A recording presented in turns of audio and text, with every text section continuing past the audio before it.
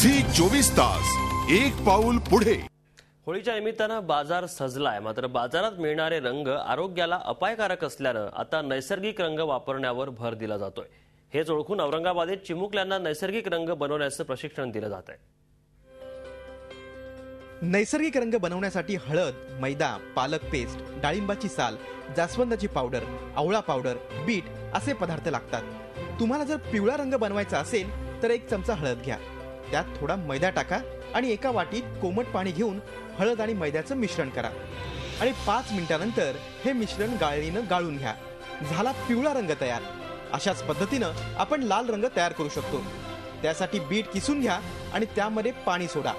त्यानंतर हे मिश्रण 2 तास भिजवल्यानंतर झाला लाल रंग तयार। तर काळा रंग तयार करण्यासाठी आवळ्याच्या मिश्रणाला लोखंडाच्या भांड्यात कोमट पाण्यात रात्रभर भिजवावं लागतं।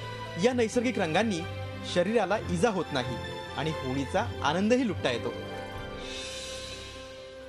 बच्चे कंपनी सुद्धा मोठ्या उत्साहात हे रंग बनवायला शिकतायत। यंदाची होळी नैसर्गिक रंगातच खेळायची असा जणू त्यांनी निश्चयच केलाय।